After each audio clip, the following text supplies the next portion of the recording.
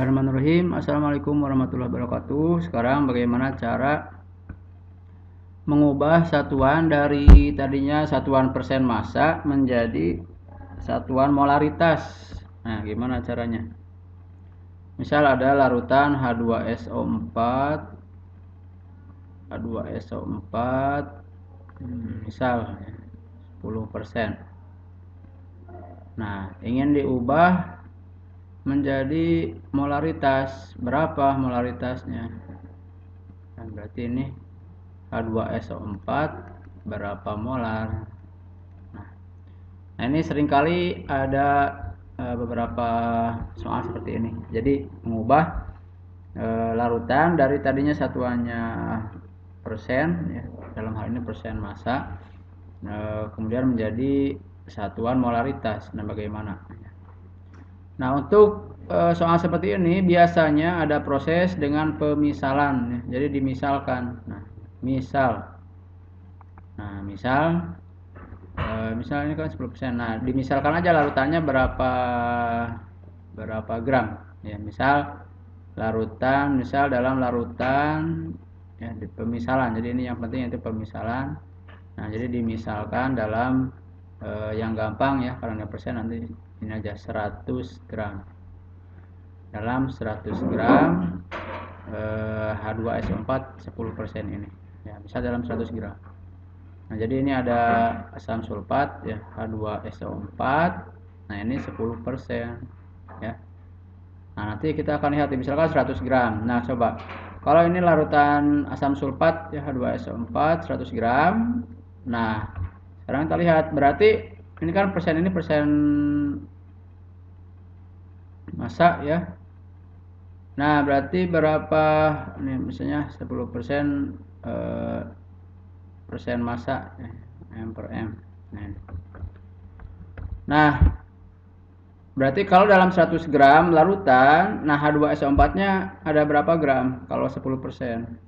Nah, berarti 10% ini kan makna persentase 10% ini adalah 10 gram H2SO4 nya, ya, nanti dalam 100 gram total larutan. Nah, berarti ini adalah 10 gram H2SO4 nya.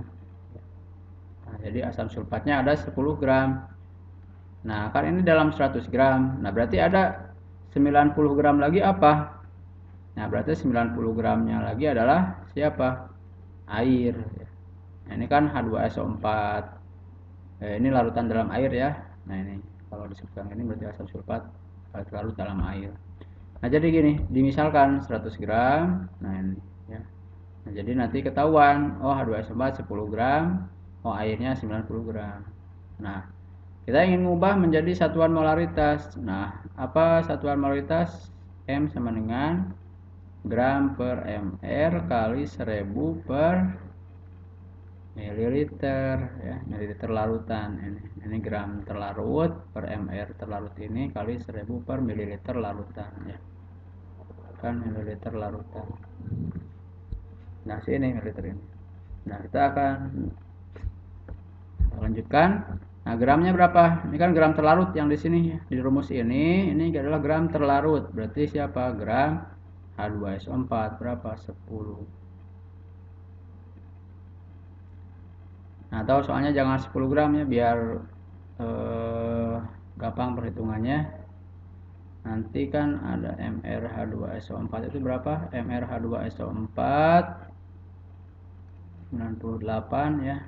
Nah, maka ini nanti di sini ini aja biar gampang 49, ya. Ini H2SO4 49 aja. H2SO4 49%. Nah, berarti ini biar gampang perhitungannya, yang penting kita paham, ya, tapi perhitungannya gampang. Ini 49%. Nah, berarti ini adalah 49. Nah, berarti airnya berapa? Nah, 51, ya. Ini kan totalnya 100 gram ini. Nah, 49 gramnya H2SO4 nya, sisanya 51 gramnya adalah air. Nah, berarti ini gram ini adalah 49. Nah, per mr H2SO4 ini 98, ya. Soal biasanya dikasih tahu. Nah, kali 1000 per mililiter larutan. Nah, berapa mililiter larutan? Nah, ini yang sangat penting. Maksud mililiter larutan yang mana? Nah, yang ini ya. Jadi ini kan 100 gram. Ya, 100 gram. Nah, sedangkan di rumus ini adalah mililiter larutan. Jangan dimasukin yang 100 ini, jangan, karena beda kan, ini gram ya, ini mililiter. Nah, maka dalam proses mengubah dari satuan persen massa ini menjadi molaritas, biasanya pasti akan dibutuhkan data massa jenis ya, massa jenis ya. Nah, jadi massa jenis si larutan ini berapa ya, massa jenisnya. Kan setiap cairan punya massa jenis ya. Misalnya air massa jenisnya berapa? 1 gram per mililiter. Kalau minyak tanah berapa ya, ada berapa gitu. Pokoknya setiap benda kan punya ya yang namanya massa jenis. Nah, larutan H2SO4 40-90% ini berapa massa jenisnya? Biasanya di soal ada ya. Nah, misalnya 1,3 gram per mililiter ya. Ini di soal pasti akan dikasih tahu Pro ini. Karena untuk mengubah dari persen massa menjadi molaritas ini dibutuhkan data massa jenis ini. Nah, dengan data massa jenis ini kita bisa mengubah yang tadinya ini massa ya, besaran massa menjadi besaran volume ya. Nah, gimana caranya? Nah, kita pakai rumus massa jenis yang di fisika ya. Masih ingat rumus massa jenis rho adalah sama dengan M per V ya, M-nya massa, V-nya volume. Nah, kita kan ini butuh data mililiter ya. Berarti kan data volume. Jadi kalau volume apa rumusnya? Volume sama dengan massa per massa jenis ya. Nah, massa per massa jenis. Nah, berarti ini menjadi mililiter, rumusnya adalah massanya berapa? Nah, 100 gram ya, di mililiter larutan. Mililiter larutan itu adalah kan massa per massa jenis ya. Nah, massanya 100 gram. 100 gram dibagi massa jenisnya, nah ini 1,3 ya. 1,3 ini kan gram ya, ini 1 gram per mililiter ya. Nah, jadi 100 dibagi 1,3 sama dengan berapa? 100 dibagi 1,3, kita cek dulu ya, kalkulator. 100 dibagi 1,3, nah, 76,9. 76,9. Satuannya apa? Ini kan gram coret ya. Ini jadi mililiter.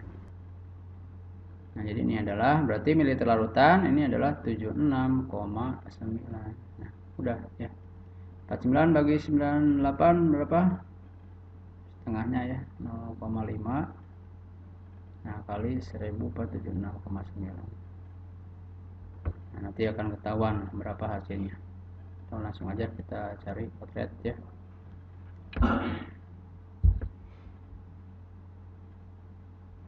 Hasilnya 49 kali 1000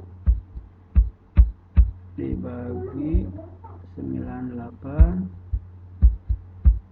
di 76,9. Nah, ternyata ini jawabannya adalah 6,5 molar. Nah, jadi ini jawabannya, ternyata molaritasnya adalah 6,5 molar.